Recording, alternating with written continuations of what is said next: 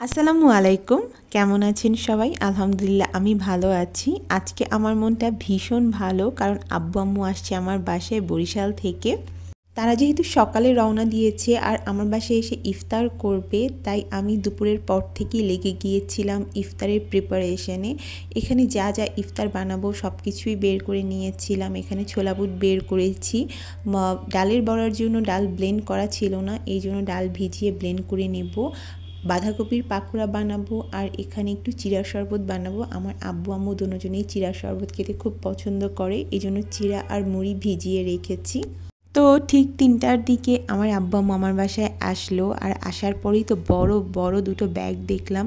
তো এখানে অনেক জিনিস ছিল আমার জন্য। পাক্কন পিঠা ছিল, পাটিসাপটা পিঠা ছিল, এটা ছিল চালতার আচার যা আমার হাজব্যান্ড খেতে খুবই পছন্দ করে।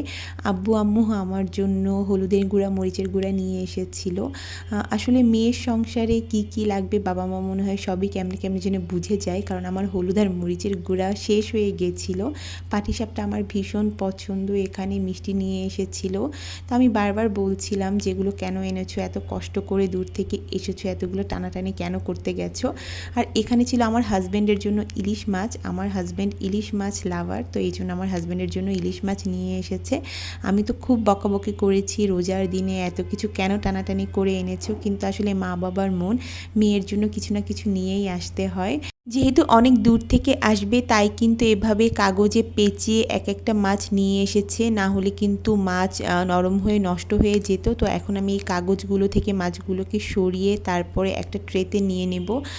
তো আমি ভাবলাম যে আমি আমার হাজব্যান্ডকেও একটু দেখাই, কারণ ও এভাবে বড় বড় ইলিশ মাছ দেখতে অনেক বেশি পছন্দ করে।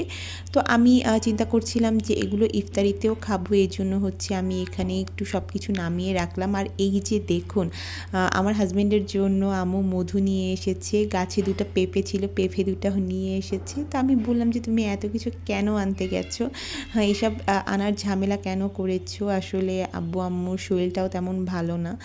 তো আমি বললাম যে রোজা রমজানের দিন এগুলো টানাটানি না করলেও পারতে। ওই যে বললাম মেয়ের সংসারে কি লাগে বাবা মা বুঝেই যায়। তো এখানে আমার পাটাপুতার দরকার ছিল, দেখুন পাটাপুতা নিয়ে এসেছে, একটা বটিও নিয়ে এসেছে এরভাবে কাগজে পেঁচিয়ে। আসলে কি বলবো, বাবা মারা হয়তো এমনই হয়, বিয়ে হয়ে যাওয়ার পরেও মেয়েদের সংসারের প্রতিও তাদের কত টান দেখুন। তো এখান থেকে আমি চিন্তা করলাম যে আমি আমার ননদের জন্য দুটো মাছ রাখবো, যেহেতু আপুও অনেক ইলিশ মাছ খেতে পছন্দ করে। তো এর মধ্যে আমি আম্মুকেও জিজ্ঞেস করে ফেললাম যে তোমরা ইফতারিতে কি খাবে। আম্মু তো একদম বলে দিয়েছে যে তেমন কোনো আয়োজনই না করতে, কারণ আব্বু আম্মু তেমন কোনো ইফতারি খায় না, বাইরের কোনো খাবার খায় না, ভাজা পোড়াও এতটা খায় না। তো আমি প্রথমে এখানে শরবত বানিয়ে নিচ্ছি। তো আমি চিনি আর রুয়াবজাটা গুলিয়ে রেখে দেব, পরে এখানে ঠান্ডা পানি অ্যাড করব। আসলে ইফতারের সময় একটু ঠান্ডা পানি দিয়ে শরবত খেতে খুব ভালো লাগে। আর এখানে আমি ছোলা বুট ভেজে নিচ্ছি। এটা কিন্তু আমাদের ফ্যামিলির একদম কমন ইফতার, ছোলা বুট থাকতেই হবে। আমি ভীষণ পছন্দ করি, আমার আব্বু আম্মু দুজনেই ভীষণ পছন্দ করে ছোলা বুট। তো এই জন্য প্রথমে ছোলা বুট ভেজে নিচ্ছি।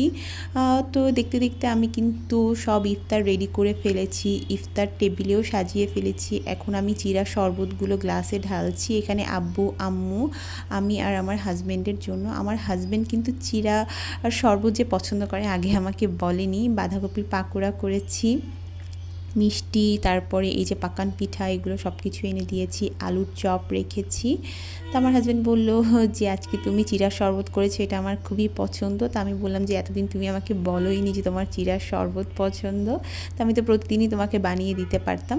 যাই হোক, অল্প কিছুই মোটামুটি সাজিয়ে রেখেছিলাম। তো এই ছিল আজকের ব্লগটি কেমন লাগলো অবশ্যই কমেন্ট করে জানাবেন। আমার এবং আমার পরিবারের জন্য খুব বেশি দোয়া করবেন। সবাই ভালো থাকবেন, সুস্থ থাকবেন।